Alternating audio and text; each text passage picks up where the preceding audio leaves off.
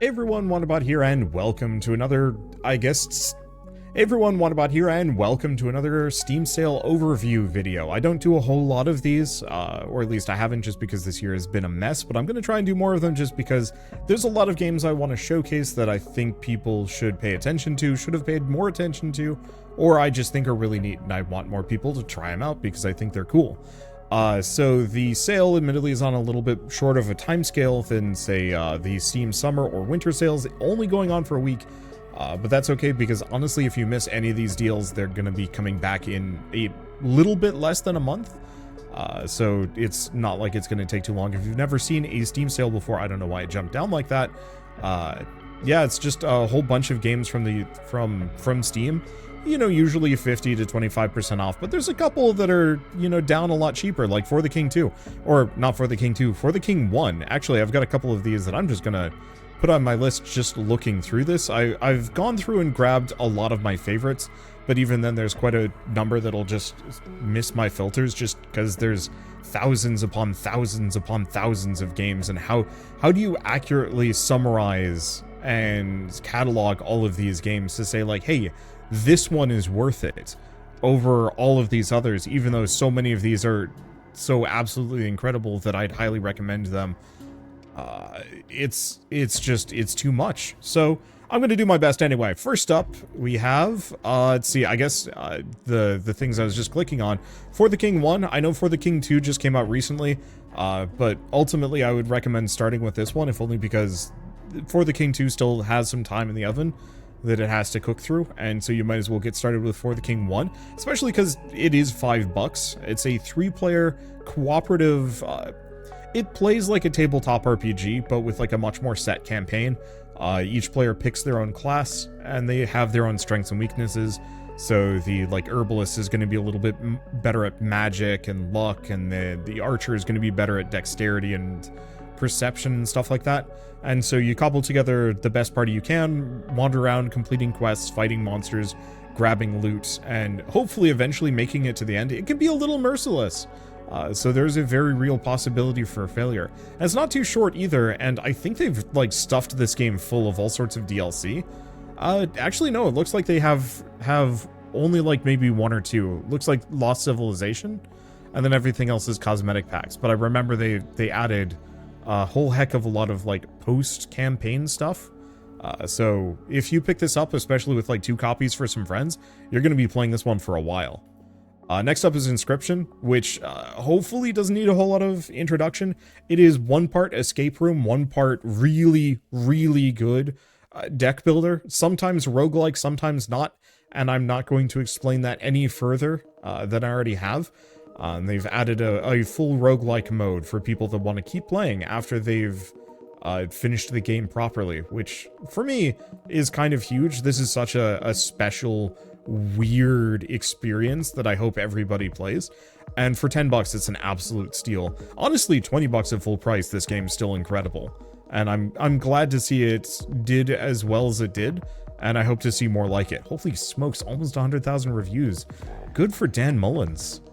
Next up, Monster Sanctuary. You will hear me beat this drum often.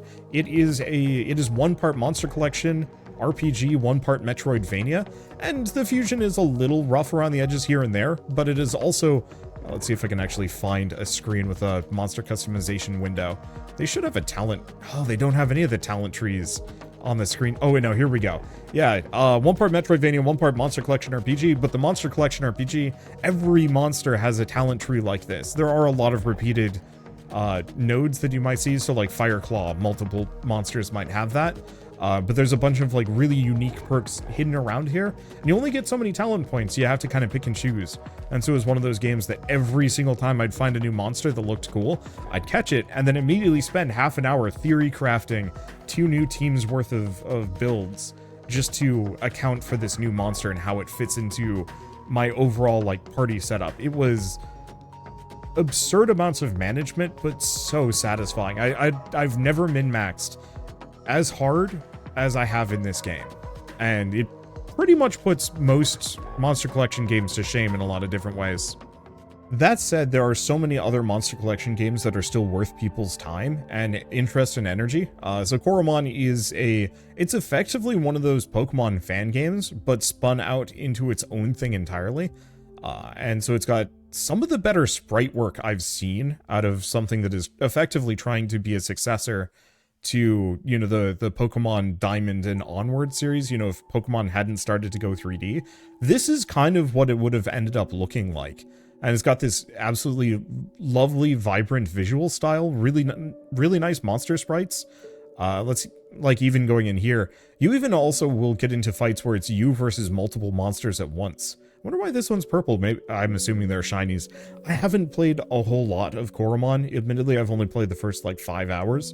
It's very much on my to-do list to go back and play through fully, just because it's got some really fun features and ideas, because it's not just doing the tried and true, or maybe overdone Pokemon Gym style, and so the plot can go some extra places that Pokemon more or less refuses to go in that direction of, and so it's one of those where, if you want a Pokemon experience that's pretty familiar but also different, this one's worth a shot. Especially because when you level up, you actually get to allocate stat points, so you can min-max your creatures a bit better. Which I actually found very charming, purely from the perspective of not having to worry about EVs and IVs, because that always felt maybe a little bit too nitty-gritty for me, but also a little bit too opaque. The other thing that this game does really well is it actually has a bunch of... It has effectively Nuzlocke mechanics like baked into the game.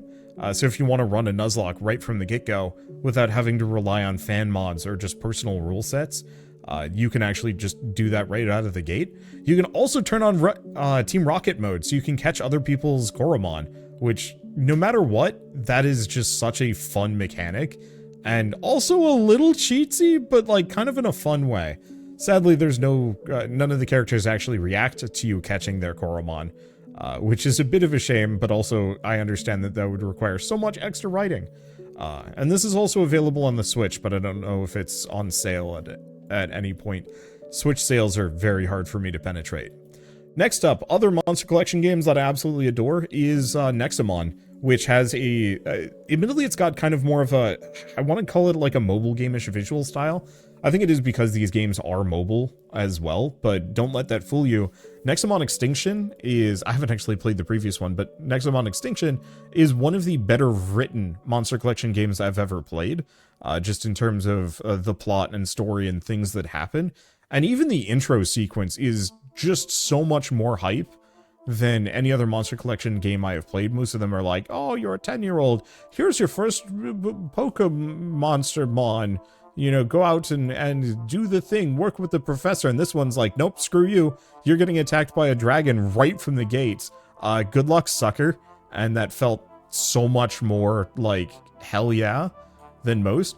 This is also one of those games where you can kind of go off the beaten path, and the game will try and stop you, like literally stop. A guard will try and say like, halt, you're not allowed in here, and you can fight them, you can beat them up, and then you can gain access to the place they're guarding. And so I played through half of the game without even touching the main story, and people were mad at me for it, and I thought that was really fun. It's also got some nicely illustrated monsters. They can be a little cartoonish and a little bit, you know, alt Pokemon, but I thought it was kind of a fun experience.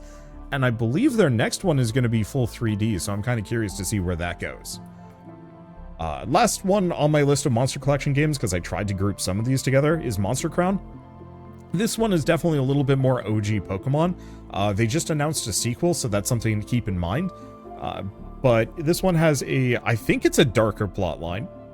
I only scratched the surface of it, but they had like mafiosos doing not great things within the first like 2 hours of the game. And so if you're looking for something where the story isn't just for kids, Monster Crown fits that vibe a little bit better. It also has monster fusions, so you can effectively fuse any two monsters together, and it will dynamically like regenerate the sprite to look kind of like a combination of the two. It can be a little jank and they can look a little silly, but on the flip side, that still does produce some pretty cool results and has a lot of potential for interesting min-maxing and monster collection mechanics. Let's see, how much is it? Yeah, it's $5. I try to keep most of the deals that I recommend fairly cheap. There are other games that I vehemently recommend, like Cassette Pie, which is admittedly $15 right now, but Cassette Pie is also one of the best monster collection games I've ever played, mostly for its open world mechanics, and that's something I will be talking about in a later video. And so while I recommend this one, it's not really like big autumn sale material. Don't worry, Raw Fury, I'll get to some of your other games today, but you'll probably see this one show up in multiple Steam sale videos after this one. Or maybe after Christmas, we'll see. So speaking of Raw Fury, here's one that I actually highly recommend as well. Dkeeper is half off, $9. It's still getting updates. It's still getting major updates. I think they just added custom difficulty modes and like some more dome types. They might have even added workshop support. Steam Workshop, yeah. So there's even the possibility. Oh yeah, there's also double dome now. So you have 2 domes that you have to work with, which I have no idea how that even works, because I haven't played this game in quite some time. But Dkeeper is one of those games that almost kind of launched its own subgenre, just like how Slay the Spire did. And so I've started to see rumblings of other people trying to make kind of dig dug with base defense style roguelikes. But frankly, Dkeeper still does it best and will probably continue to do so forever, just because this game is so mechanically refined, has so many different interesting perks and abilities that you can grab, and it just looks so nice. Like, all of these backgrounds are drop dead gorgeous. The pixel art that Bip Bits has for this game is just, it's pretty peerless, and I very much look forward to playing more of it and seeing more backgrounds, honestly. Let's see, next up, okay, so this one isn't a particularly deep sale. Inkbound is only 20% off. That said, it is, it's a stiff competition, but I think Inkbound is my favorite roguelike to come out this year. The tactical depth in this game is absurd, as is the mid-run progression. Most roguelikes have kind of a very nice linear curve. Inkbound is very exponential and it gets completely nonsense. There are runs where I will sneeze at a boss and it folds in half, and other runs where I didn't get that level of exponential progression and then I'm just hosed. But no matter what, it is very charming and challenging at all times, and they've been updating it very consistently for the last couple of months. They also just did get rid of the microtransaction system, so everything is now just earned through regular gameplay, and so there are no more season passes, there's no more skin shop, none of that stuff. And so I'm curious to see how that's going to work out for them. I think they wrapped some stuff into starter or supporter packs instead with a bunch of cosmetics, which still doesn't feel too bad to me just because it's still just cosmetics. But I highly recommend this game at any price. And it's also up to 4-player multiplayer, so if you got friends that you play games with, Inkbound very much is one of the ones worth looking into. Deathloop is, I think, the only AAA game I'm going to recommend here. I don't know why the reviews are mixed, and hopefully it's not like a performance thing. But Deathloop is $12, and I really like the games Arcane makes. I think Deathloop it's a bit flawed. It was definitely kind of I was slowing down on it by the time I was done.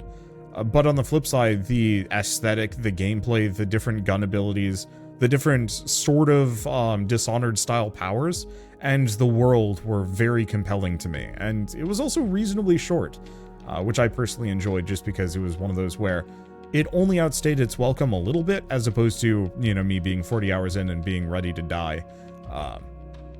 But so Deathloop is one of those that I kind of hope people keep finding and playing for years to come, in hopes that maybe Arcane makes another one, just because it was such a weird and cool game, and Colt was also such a charming character, and I'd love to see more of that.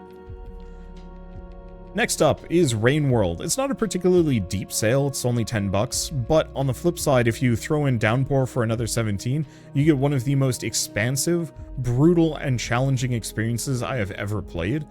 This is one of 2 games that I've ever played where I needed to stop and eat comfort food just to be able to continue, which I realize that sounds a little ridiculous, but on a personal level, I think, how would I describe it? Normally I would hate a game where that is true, but Rain World absolutely makes up for it in just beautiful and incredible environmental simulation that you are a resented guest traveling through it. The world hates you, wants you to die, almost everything will try and kill you, either actively or passively, and you are just this cute little blob slug cat, and you're just trying to survive. Now, Downpour adds a couple extra modes, kind of some easier modes, some harder modes, and obviously different characters to play with. And also 4-player multiplayer, because I think that is just a thing now. I don't know if that's available in the base game or if you have to have Downpour for it. But Rain World is one of those games that it is a boolean. Either you are going to love it or you are going to hate it, and there's almost no in between. But I still recommend trying and giving it a shot, just because of how unique it is on the market. Legend of Grimrock. I don't play a whole lot of dungeon crawlers just because I find them to be a little bit boring, but Legend of Grimrock simulates kind of the experience of being a D&D party in a really merciless dungeon, complete with a silly amount of puzzles and secrets, which I think is part of my issue with the game, if only because I feel compelled to find all of them. I get annoyed when I can't, and then I usually quit after a certain point because I feel like I've missed so much that I cannot recover from, you know, the sheer amount of attrition. Because the game's pretty hard, too. It also does feature that kind of old school dungeon crawler Foursquare where you have to kind of dance because it's real time, and you like click your character portraits to attack, and so you have to be dancing around enemy attacks while also hitting them. Personally, I think I'm more of a just put me in an instance fight so I can fight my foes. But on the flip side, I can respect what Grimrock did with it, and also still say that it is probably peak for the genre. I think you can get both Grimrock 1 and 2 for $7.50, which is an absurdly good price for two incredible games. Let's see. Oh, I had another dungeon crawler, but I guess this one slipped in between. Whatever. Cosmic Star Heroine is one of those games that I just randomly tried recently. It's made by Zaboy, the guy behind Death Must Die, and oh, this was released like a year ago. I'll have to take a look at this game, because yeah, I remember having Cthulhu Saves the World and Breath of Death way back in college, and then I had forgotten about it for ages, and then I tried Cosmic Star Heroine and it was like, oh, this is legitimately one of the better old school RPGs I think I've ever played, and it's sitting on my Switch for whenever I have the time to go back. Unfortunately, I've got several other incredibly good old school RPGs that I got to get to first, but this one is very much worth looking into, especially because it's $3, and I'm pretty sure you can get the entire Zaboid back library for almost nothing, back catalog. Another dungeon crawler, kind of in a different vein. This one works off of a grid-based map system with Darkest Dungeon style fights. Yeah, here you go. So you're effectively going through derelicts that are depicted in just grid maps with different symbols. And you have a limited amount of resources while you're traveling, energy, and so you have to be very careful about how you spend that. You get more as you progress through, but you have a team of kind of scrappy mercenaries trying to fight through really whatever forces of, I don't want to call them darkness, it's usually monsters and ghouls and rogue machines and stuff. And it's expressed kind of in a deck builder style gameplay, or deck builder gameplay style, which is charming in its own way, because you can do some fun things with that as well. It's a little gritty and it's a little hard, but it's super worth it if you're into I guess, very complex dungeon crawler RPGs. And it's $3. It's an absurdly low price. Like, half the games I'm recommending can honestly be picked up as an impulse buy, and you can play it for like 2 hours and get the full value out of the experience. Speaking of, Space Plan is an ultra short incremental game. There are not a whole lot of those. It's about firing potatoes into the sun and destroying physics. It's very fun. It's one of the nicer looking incremental games I've played over the years. I think the new update made it so it's properly widescreen. I think it's definitely more wider screen than this. Yeah, when did this come out originally? It says 2017. I'd swear it came out earlier than that, but maybe I'm just entirely wrong. But it's also one of those few incremental games where you can actually see what you're doing in a gameplay window, and it actually shows the incremental the incrementalness of it. How would I describe it? It's like putting equipment on your character in an RPG. If you don't have the character visually change and they look the same throughout the entire RPG, it feels a little unsatisfying. It's kind of the same thing with me in incremental games. It's like, yeah, the number's gotten bigger, but I have no like frame of reference for that. And so seeing my actions actually reflected in the gameplay feels very, very good. And so I will always recommend this game, especially because it's $3 normally and down to $1 freaking dollar as part of this sale. Here's the other dungeon crawler I was going to talk about. Star Crawlers is, it's more of my speed, so you spend a lot of time wandering around environments, searching for loot, interacting with puzzles, finding secrets and whatnot. The characters are very deeply customizable, though I've never gotten super far into it. But the battles themselves are just turn-based, your party versus the enemy party, except for you also have kind of an initiative bar at the top that you can screw around with. And so you can deny enemies turns for a lot longer and so on and so forth. I think you also get, you get like 4 party members or more that you might be able to switch in and out. And so that allows for a considerable amount of tactical depth, especially with all the gear and equipment you find. It's also got this kind of nice, I don't want to call it like a low poly art style. It's a very clean looking sci-fi. And I appreciate that because most dungeon crawlers are gritty and fantasy.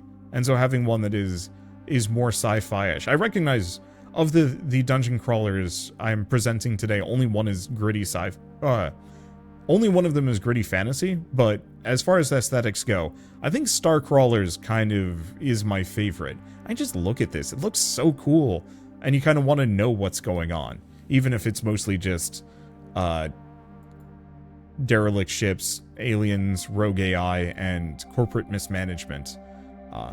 Star Crawlers is one of those that I will always kind of rep, because I feel like their games deserve way more credit than they've gotten over the years, and I want to see them succeed, if only a little bit further. Last dungeon crawler on my list. Today is just dungeon crawler day for some reason. Oh, right. Did I actually go back? Oh, gosh. Okay, yeah, there we go. Yeah, Star Crawlers is $3.75 plus $5 if you want to get the soundtrack. They also have a solo more like first person single player one that I think does actually have the grid dancing, but it's still in development, and I think it's still in development. Yeah, it looks like they're still putting out updates for it. This one especially has not gotten nearly as much love as it deserves. Let's see, but Vaporum is the last one. Technically there's Vaporum and Vaporum Lockdown, but I think only Vaporum is super duper cheap, so I figured I'd recommend it. I think they're tied together plot-wise too, so that's something to consider. But this one has the classic 4-square real-time combat, but it also has a lot of character customization. You only control one character, but you can be very much like a ranger with a gun, you can be a mage with kind of weird electro-acid fire powers, or you can just be a bruiser with a sledgehammer rolling around in an exosuit. It's got a lot of tactical depth, it's got a lot of secrets, it's got a lot to explore, and it can be kind of merciless in its own ways, but at the same time, as far as aesthetics and scenery goes, it's kind of Bioshock-ish, actually. It's kind of mid-1900s underwater facility with more retro tech, rather than like clean sci-fi, and I actually think that's pretty cool too. Let's see, next up is Halcyon 6, which is it's one part space station builder, like kind of colony builder. You're putting together like resource chains and making sure that you've got enough resources, while also fighting off invaders from all sides, I guess.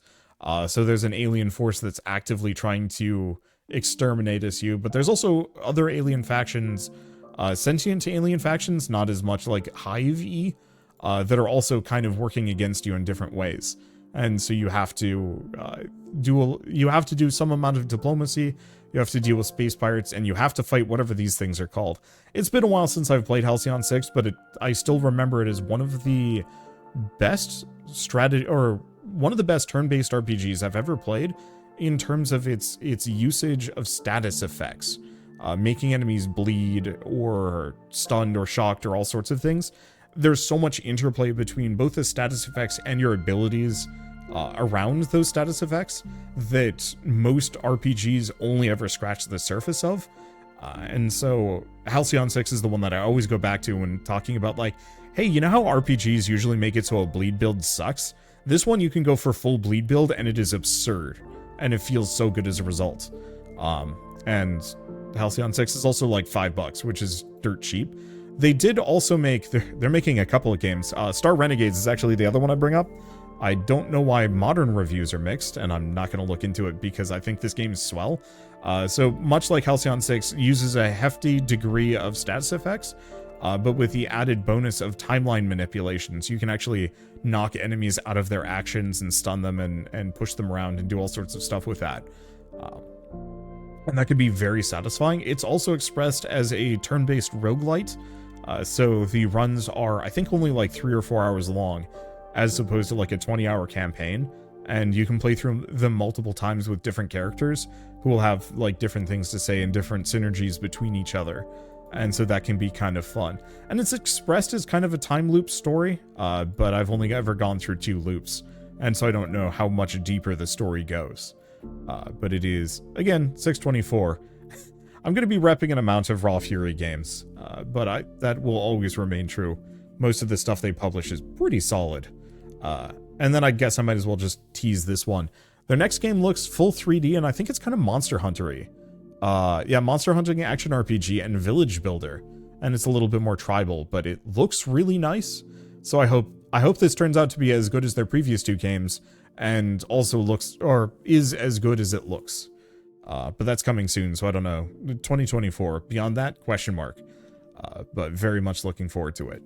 One Shot is a game that I've only played an hour of. It's a, how would I describe it?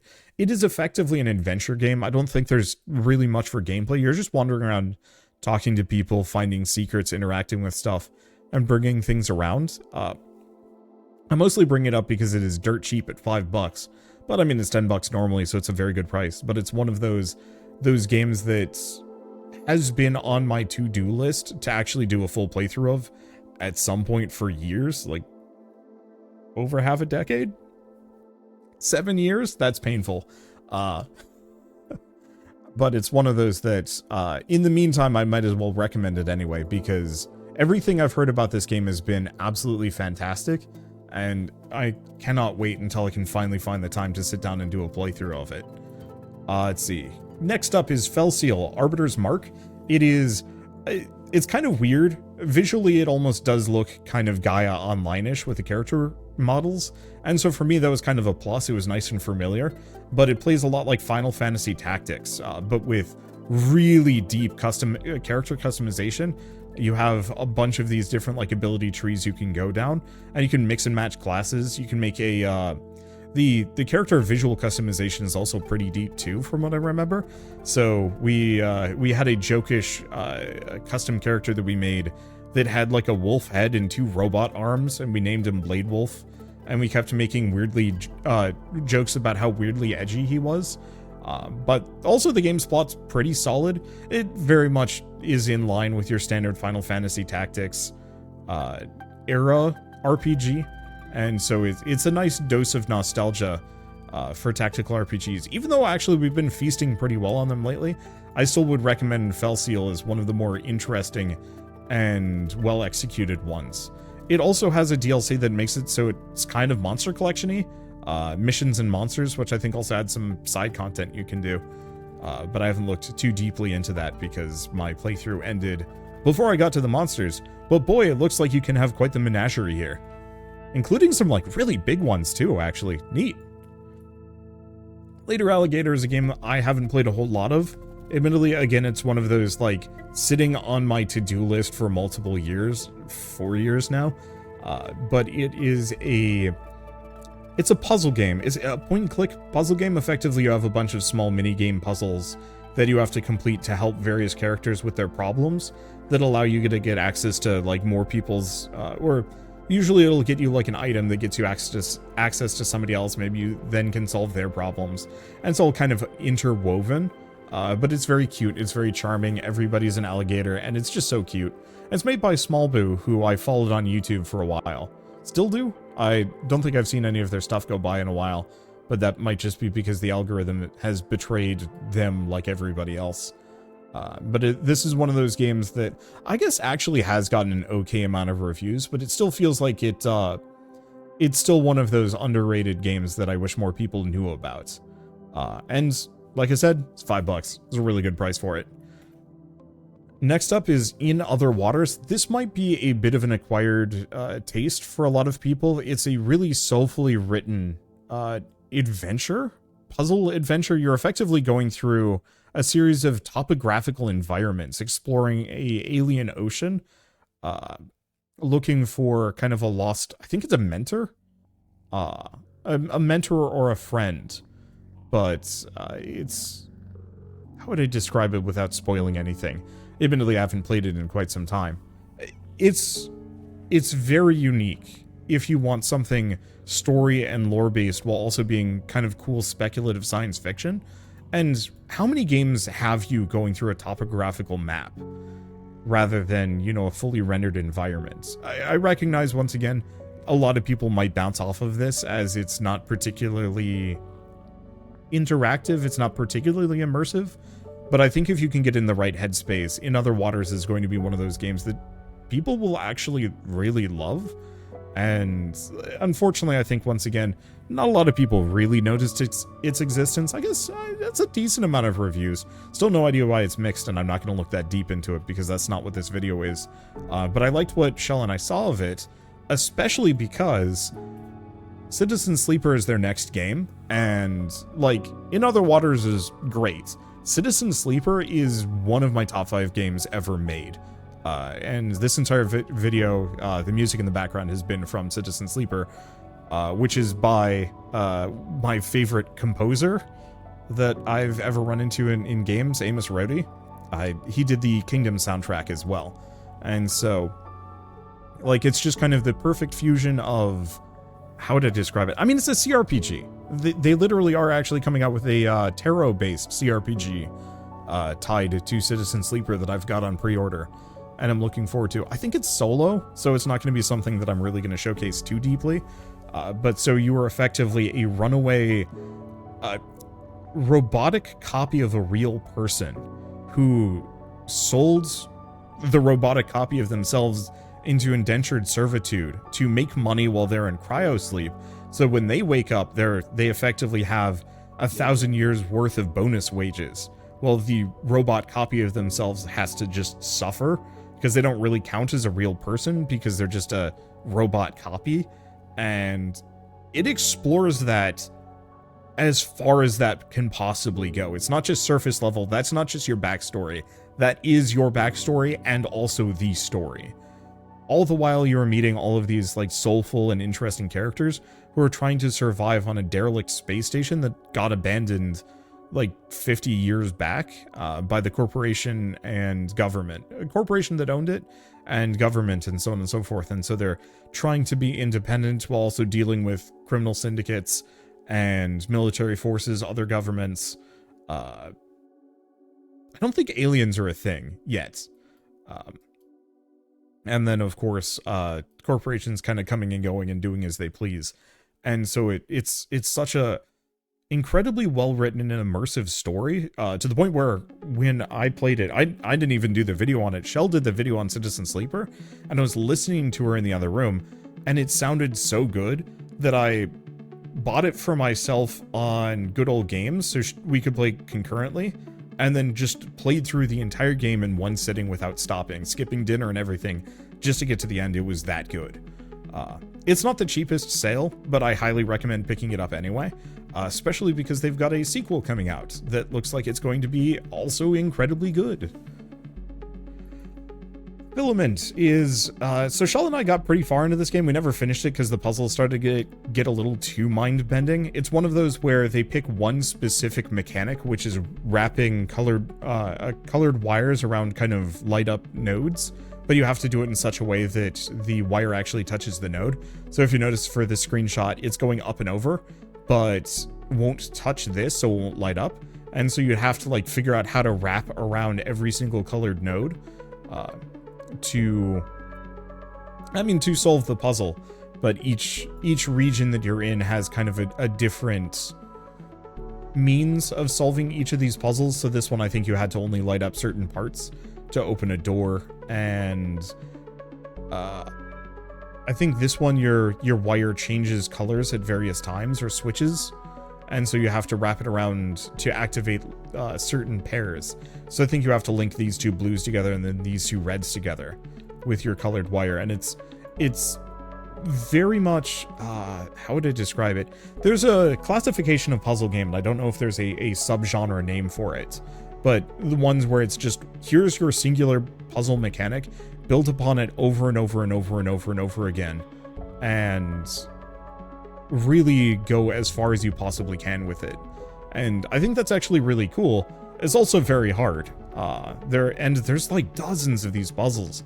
Like, I think you can easily get like 30 hours out of this if you really want to get deep into it, because there's like bonus extra hacky puzzles that are even harder. And also has an interesting plot line, because it's a space station that is above like an alien world where the crew has gone missing, and you have a bunch of audio logs from them, and you're trying to figure out where did they go, while also exploring the environment that they inhabited. And it's actually really cozy looking. Like, the idea of space travel terrifies me, but if this was where I lived in space, I think I could make it work. I think I'd be cool with it.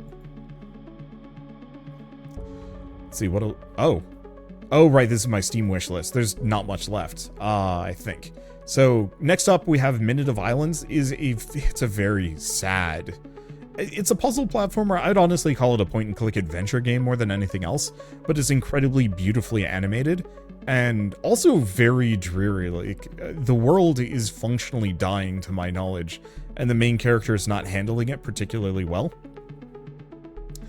But I think that's also kind of an interesting and humanizing experience to have to go through. And I mean, look at these environments. They are beautifully illustrated in every single scene, every single moment. Like, you really can tell they put a ton of effort into illustrating this game. And I think it paid off for them. I think it's very powerful and very effective. And I saw recently that they're hiring for more people. And so I'm hoping to see whatever they make next. I think they said it was going to be a roguelike, so I'm curious to see how that goes. Let's see, Garden Story is, it's actually one of the first time I've seen an English game with a, I think that's Chinese, with a screenshot not for English. Unless I've somehow, like, messed up the page, I have no idea.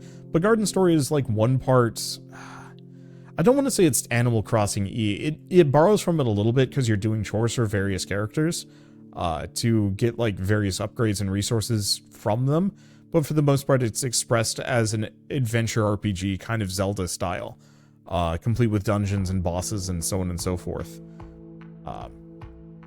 It's weird, it's challenging at times, and it's also super wholesome, with like a really nice, I want to call it a soft pixel style.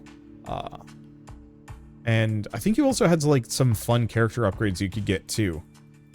We never finished our playthrough, but it was one of those where we lost the audio, which stalled the whole thing out, because that was back when I was still doing Let's Plays. And so it's one of those kind of white whale games that I want to go back to at some point, because it was so charming.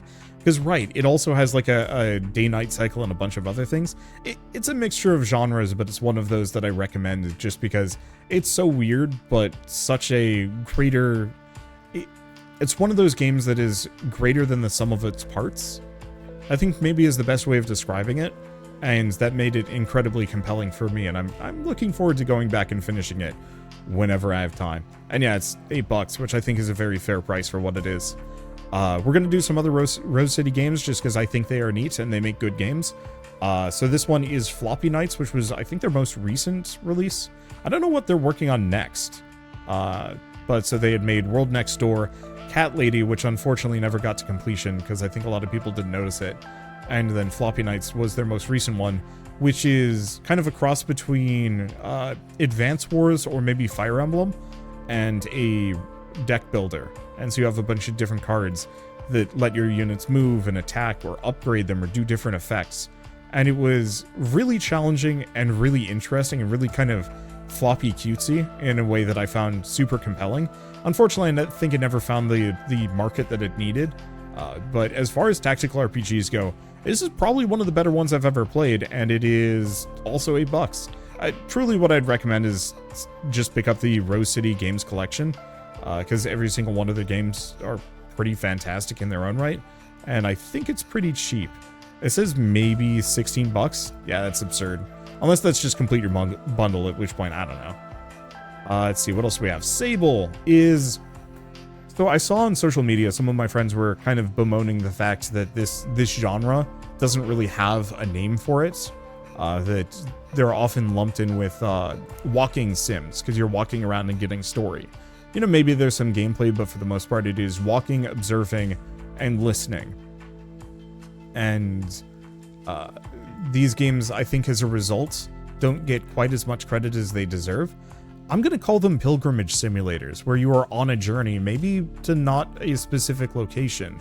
And maybe there's gameplay, maybe there's not, maybe you're talking to characters, maybe you're just platforming around. But the entire point of it is getting from point A to point B, but filling that out in such a substantive manner that you get immersed in the world and the story and the characters that are there. And so Sable is one of those that you really, truly can get lost in, both figuratively and literally, and yet always find these really cool locales. Like, I've played this game for, I think, 10 hours. I've never seen this. I don't even know where this is. And I couldn't tell you if you asked me. Actually, in fact, most of these screenshots are of things I've never seen before. I've been here. This place was cool. And you also do get some level of character progression. So you can, like, float further and jump higher, and you get to customize your bike, and it get new... different things. I think it can go faster. I think you also get more inventory space. It's been a couple of years. Another one of those white whale games that I very much want to finish playing someday. But this one is so just absolutely immense that it's going to take some time before I get to it. But I'm looking forward to hopefully more from Shedworks, because I think this was their...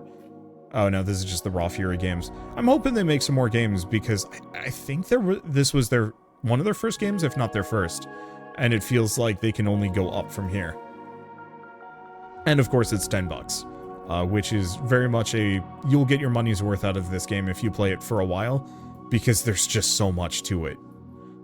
Four Tales. Okay, so this one's not the cheapest. It's $14, 30% off only, but it is a card-based adventure RPG, while also being a time loop story, with a bunch of branching choices and narratives that all loop back together, and you have to play through it, I think, a bunch of times to get all of the information you need to get the perfect golden ending. But it is very charmingly illustrated, incredibly well made, and super unique. It has that kind of Redwall-ish style, but obviously a little bit more mature, a little bit bloodier, a little darker, because it is an end-of-the-world story, and I think that's really cool. And I'm straight up just pulling for this video from my list of unmissable games that either I want to finish because I think they're unmissable, or I want to recommend as such as well.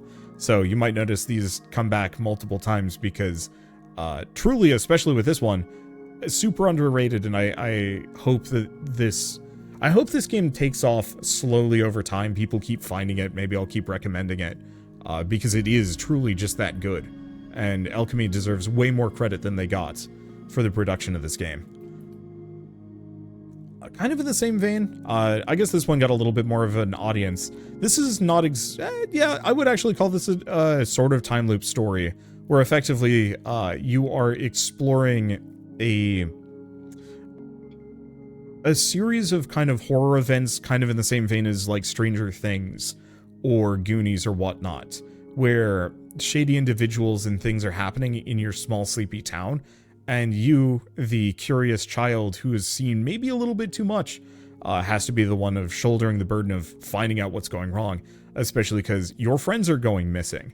But the entire point of it is that it has this branching narrative depicted via a tree that as you progress through the game, you might learn like a symbol or a word that you can use as a keyword in a conversation, and you can bring that back to an earlier point in time to get you a new branch in the narrative and maybe get a little bit further down that direction until you eventually solve the story. So it's not exactly a time loop per se, but it has some level of that, and it's also beautifully illustrated the entire way through.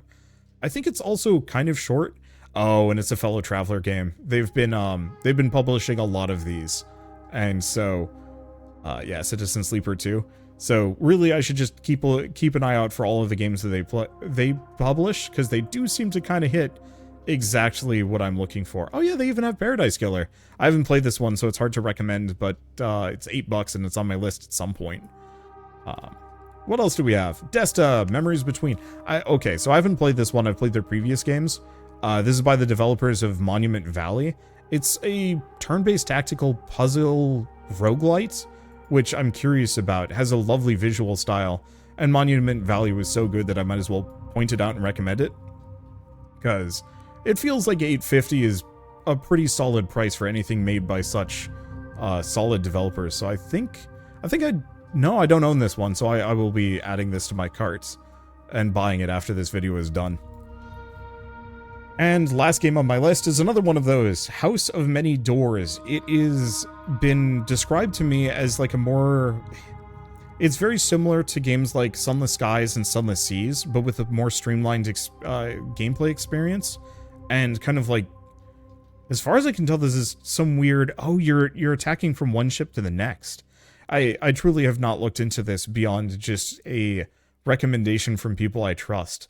But it is getting a major overhaul patch, 2.0 update. Oh, is it out yet? Being updated with needed bug fixes, quality of life improvements. So, yeah, some fans effectively put together a full gameplay overhaul patch that the developers are making official, and I think it just came out, like, today, in fact. So, incredibly well-timed. So this one's very much in my cart, and I will be picking it up afterwards, because I love a lot of Eldritch horror media. It's often mishandled, and so I'm curious to see how this one goes. And by all accounts, they did a really good job with it. And even just looking at these screenshots, they're a little rough, but it depicts a world that is fascinating just at a glance, and I'm curious to see where it goes. And also, you can have, like, Pen Pusher, a possible desk jockey shark, or a mushroom man. Okay, yeah, this is definitely going on my list, and probably keep an eye out for a video on this one. But I figured I might as well mention it here, seeing as it is $6.60 as part of the autumn sale. And I think with that, we're back at the beginning. So, like I said, there's so many other games that I could recommend here. Stacklands is fantastic. Ask Libra is amazing. Hadean Tactics is incredible. Every single Bullet Heaven, I'm sure, is super worth it. Oaken, I should go back to this, actually. That's like 50% off. But I could spend hours recommending games here, and I would lose my voice, and so I prefer to avoid that. So instead, I'm just going to go down this list a little bit longer before ending things off. But I hope you enjoyed this. I am going to try and do some more sale overview videos, just because there are so many games that I wish I could cover more substantively, or more substantially, or just more emphatically, or just more often. And I feel like this is an easy way for me to do recommend a whole bunch of games that I really, really like, and that I want more people to try in the shortest possible time. Ooh, Steel Rising is $20. I know a lot of people didn't like this one, but I thought it was really cool, and would like to go back to it at some point. It had a lot of interesting weapons and equipment. I'll probably do some kind of Souls-like recommendation video at some point, where I just talk about the good ones. But I also would have to then play a lot of them. Because, yeah, there's Lies of P, Asterigos, and Thymesia, all of which are kind of on my to-do list eventually. But I guess with all that said, if you like this video in any way, shape, or form, leave me a like. Helps more than you know. And if you want to see more videos like this, hit subscribe. I'm going to mostly try and do recommendations in terms of genre deep dives, and these sale videos might just end up getting limited to summer and winter, just because there aren't that many sale changes from season to season, and I feel like I'm just going to start retreading old ground, being like, hey, did you know Children of Morta is incredibly good? Get it and bring friends, because it's got online multiplayer, but you can also play it local. It's so good. Actually, I should have probably recommended that one as well, but I can just keep going down this list, and I'll keep finding things that are good. You know, Remnant from the Ashes, incredible game. Let's see, 20 Minutes Till Dawn, absurdly good, but also it's $5 to begin with. So it's hard to recommend during a sale video because it's just recommended at base price.